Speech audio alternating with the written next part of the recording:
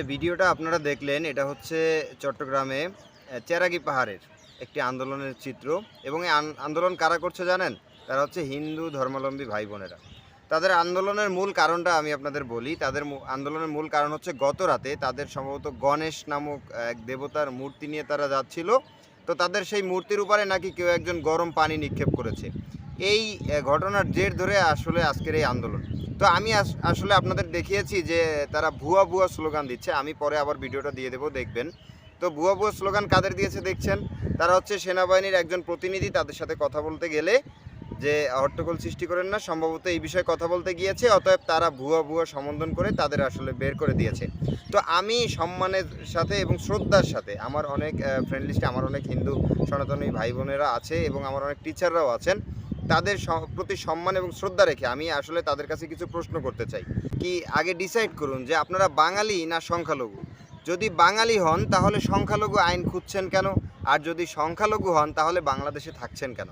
আমার মন থেকে আমি যতটুকু জানি এবং আমি যতটুকু চিনি, আমার মন বলে যে আপনারা বাংলাদেশের নাগরিক। কিছু সংখ্যক ব্যতীত ভারতীয় গণমাধ্যম অনুযায়ী যে 30 লক্ষ ভারতীয় মানুষ বাংলাদেশে চাকরি করে, তারা ব্যতীত বাংলাদেশে যারা জন্মসূত্রে আছে তারা সবাই বাঙালি। এবং আমি যতটুকু অধিকার এই বাংলাদেশ থেকে পাই ততটুকু অধিকার তারও পাওয়ার অধিকার আছে এবং তার সেটা পাওয়া উচিত এবং আইনগতভাবে তাদের এটা পাওয়া উচিত। কিন্তু আমি এই আন্দোলনের বিষয়টা দেখলাম যে তারা বলছে যে সংখ্যালঘু আইন বাস্তবায়ন করার জন্য। তো সংখ্যালঘু আইন বাস্তবায়ন আসলে তৎকালীন আইনমন্ত্রী আনিসুল হক তিনি একটা সংখ্যালঘু আইন বাস্তবায়ন করতে চেয়েছিলেন। তো আমি আসলে বলতে চাই যে শুধু আপনারা বাঙালি হয়ে কেন সংখ্যালঘু সাজতে চাচ্ছেন? কিছু ফ্যাসিলিটিস বেশি পাওয়ার জন্য? তাহলে বাঙালি হিসাবে, বাংলাদেশের নাগরিক হিসাবে তাহলে সেই সকল স্বাধীনতা আপনাদের থেকে কেড়ে নেওয়া উচিত।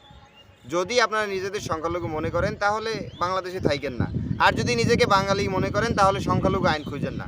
দয়া করে, মায়া করে, এই বর্তমানে অর্থনীতি বিধ্বস্ত একটা দেশ কিছুদিন আগে স্বাধীন হলো বলতে গেলে, সেই স্বাধীনতা আসলে আপনারা নষ্ট করে দেবেন না। এই স্বাধীনতা অর্জন করার চেয়ে রক্ষা করা কঠিন। তো দয়া করে আপনারা আমাদের সাহায্য করুন এবং স্বাধীনতাকে রক্ষা করুন। আমি যারা এই কাজটা করেছে, মূর্তিতে যদি সত্যিকার অর্থে কেউ পানি নিক্ষেপ করে থাকে তাহলে আমি এর তীব্র নিন্দা জানাই এবং আমি আইন প্রশাসনের দৃষ্টিগোচর করতে চাই। অনতিবিলম্বে তাকে আইনের আওতায় নিয়ে এনে এবং তাদের শাস্তি দেওয়া হোক। এবং আপনাদের আরেকটা কথা বলে রাখতে চাই, সেটা হচ্ছে যে বাংলাদেশ না, শুধু সারা বিশ্বে একমাত্র মুসলমানের হাতেই সকল ধর্মের মানুষ নিরাপদ।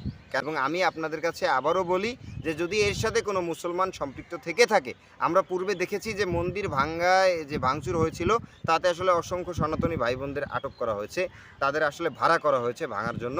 তো সেই বিষয় নিয়ে কিন্তু আমরা কোনো কথা বলিনি। কিছুদিন আগে ভারত কিন্তু আসলে অনেক পানিতেই আপনাদের মন্দির তলিয়ে দিয়েছে, তখন আন্দোলন করে নাই। এখন একটু গরম পানি কেউ মেরেছে, আপনারা আইনের বিচার না চেয়ে আপনারা একটা আন্দোলন শুরু করে দিয়েছেন।